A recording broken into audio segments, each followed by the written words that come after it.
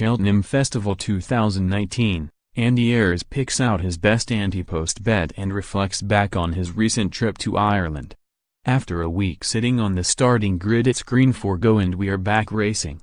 The BHA and a delegation that would have done the UN proud debated deep into Monday night before we finally got the all clear.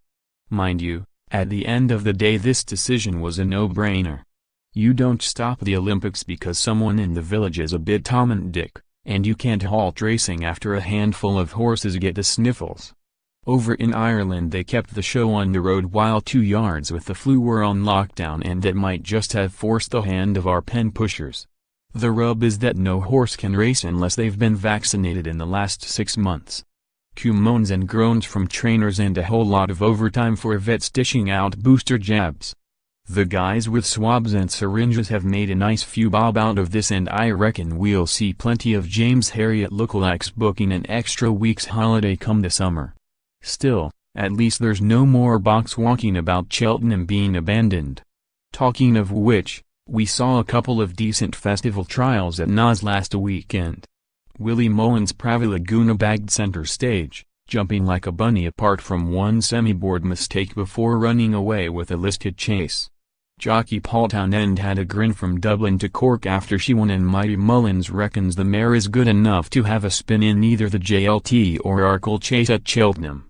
There were more runners in the 2 meters handicap hurdle than you see lining up for the London Marathon, but that didn't stop an avalanche of Euros piling on Thesnadout, 13-2 to 9-4.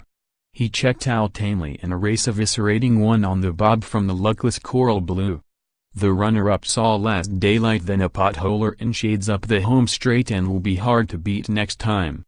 Joseph O'Brien still looks young enough to earn a living as an extra in Grange Hill, but he's packed plenty into his 25 years and is bossing the juvenile hurdle division this season.